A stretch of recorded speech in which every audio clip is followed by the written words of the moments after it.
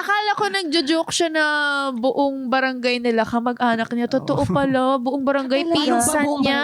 Sabi ko sa kanya, nung time na yun, ngayon kasi mga naka-internet ng mga tao doon eh. Nung time na yun, wala pang internet. 2021, di ba? 2021, 2022. Dinala ko siya, sabi ko walang internet doon ha, walang signal.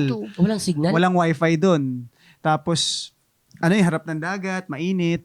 Tapos probinsya talaga. So nung dinala ko siya, lahat ng kinikwento ko, nakita niya ganun talaga. So, anong pakiramdam mo nung lahat ng sinasabi niya ay totoo? Natawa ka ba? Nagulat po talaga ako kasi sumakay kami nun sa, yung sa motor na parang, ano yun? Kulong-kulong? Hindi, yung... Habal-habal? Ano ba tawag doon? Yung meron sa likod din. Upuan. Sidecar? Tricycle. Yung sa may upuan sa likod. Yung may upuan din po sa likod. Tapos nagugulat ako lahat ng nadadaanan namin na streets. Ay, ano tawag sa'yo? Manoy? Manoy. Manoy. Kuya. Manoy. Usually kasi mga bata. Manoy Allen. Sabi ko, Len. kilala mo yun? Sa inyo, pinsa ko yun. Sabi Tapos ko yun, mga pinsa tanda ko din. naman. Ha? Lahat yun, pinsa mo?